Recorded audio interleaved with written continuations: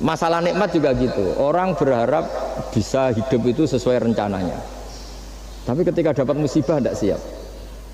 Tapi apa panduan Nabi? Ajaban li amril mu'mini inna amrahu kullahu khairun.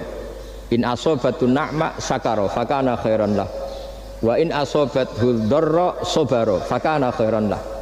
Orang mukmin itu selalu baik. Kalau dapat nikmat syukur ya baik. Dapat ujian sabar juga baik. Kenaannya baik terus. Makanya saya berkali-kali bilang, hubungan dengan istri itu ya gampang.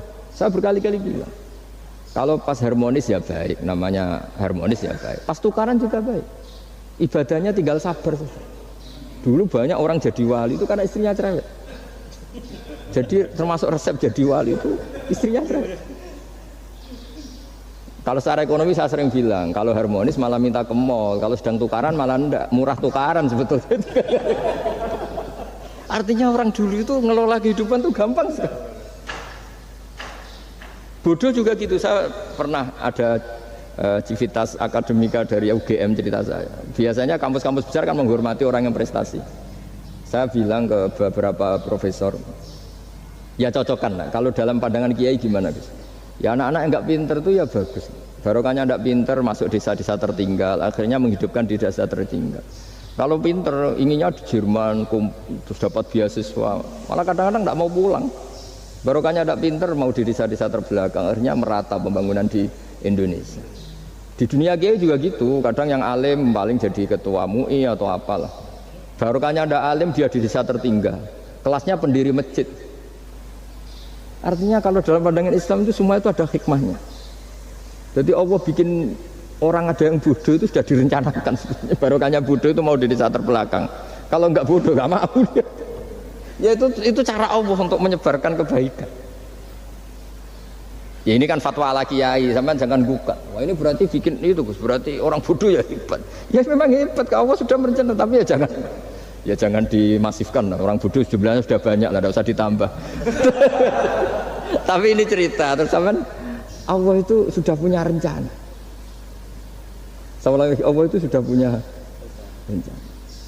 Jangan sampai kita ini nggak tahu rencana Tuhan. Makanya akhir dari kesimpulan orang-orang itu, orang-orang baik, subhanak rabbana subhanak rabbana ma khalaqta hadza batilan subhanaka faqina adzabannar. Semua yang engkau ciptakan itu tidak ada yang sia-sia. Saya pernah di Korea, ini pengalaman saya. Itu rata-rata saudara kita yang ke Korea itu kan nyari uang. Ternyata setelah di sana nggak ada masjid, ya udah bikin masjid, kadang nyewa. Itu cara Allah untuk menyebarkan Islam di Korea, kadang ya lewat pekerja itu. Dulu Indonesia sejarah yang terkenal ada Islam ya ada orang ingin kaya terus dagang ke Indonesia, orang Gujarat. Gara-gara dagang ke Indonesia terus kenal orang pribumi karena bawaannya orang Muslim ya mengkampanyekan Islam terus ada Islam. Jadi sederhana. Mbah Mun pernah cerita Harun Ar-Rasyid itu kalau punya tahanan politik itu dibuang. Itu di Irak, Baghdad. Buangnya di mana? Di Fakfak, di Irian Jaya. Makanya di Fakfak itu banyak imigran turunan apa? Arab.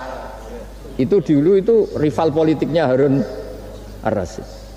Ketika di sana melihat orang Irian tuh pakai koteka itu bilang Urian terus jadi Irian itu. Urian itu maknanya apa? Telanjang. Jadi bahasa Arabnya telanjang itu apa? Urian itu telanjang, jadi Irian ya. Itu ya barokahnya buangan politik ya, tapi bukan tahanan kriminal, tahanan politik dibuang di sana, kemudian ada Islam di sana. Itu cara Allah. Begitu juga Islam di Eropa, kadang dibawa mahasiswa yang dulu ketika di Indonesia agak kepikiran jadi kiai. Barokah kuliah di Eropa malah jadi kiai, mereka nggak ada saingannya. Nggak ketemu saya lah kira-kira gitu.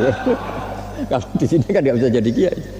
Artinya sudahlah Allah itu nggak usah diajarin gitu. Makanya Allah pernah ngendikan kul atu alimuna wa bidinikum. Aku itu pangeran, ora usah warai carane beragama. Nah kita sekarang ini beragama tapi ngajari Allah. Harusnya Islam tuh gini ya Allah. Pangeran mbok warai. Makanya rata-rata dunia ulama itu dunia minum ide di bab itu. Karena harus yakin agama ini milik Allah, pasti diurus Allah. Allah tidak usah diguruin gitu. Tapi kalau kita kan nggak ingin punya konsep organisasi apa, forum apa, untuk mengembangkan apa.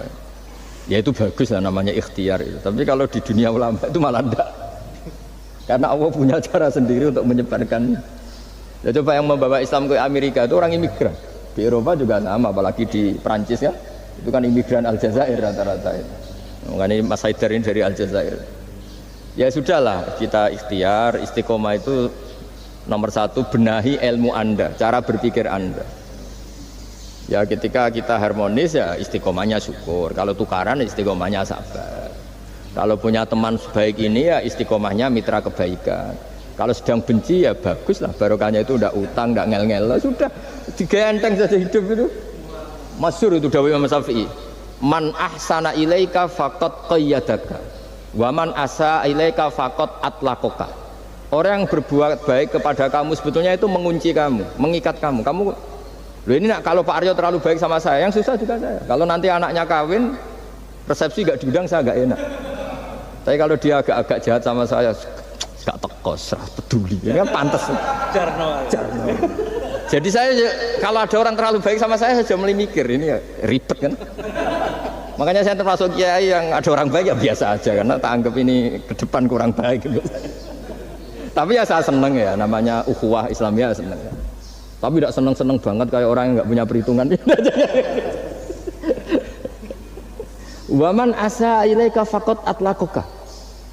Orang yang berbuat buruk kepada kamu sebetulnya dia membebaskan kamu. Nggak mungkin kan orang yang sedang ngeneng kamu terus utang kamu, nggak mungkin kan pinjam mobil, mungkin nggak? Apalagi titip, tolong dong saya dikasih pekerjaan di BUMN, nggak mungkin. Yang minta-minta gitu pasti yang baik sama kamu. Jadi ilmu zakiyah itu sampai segitunya tuh.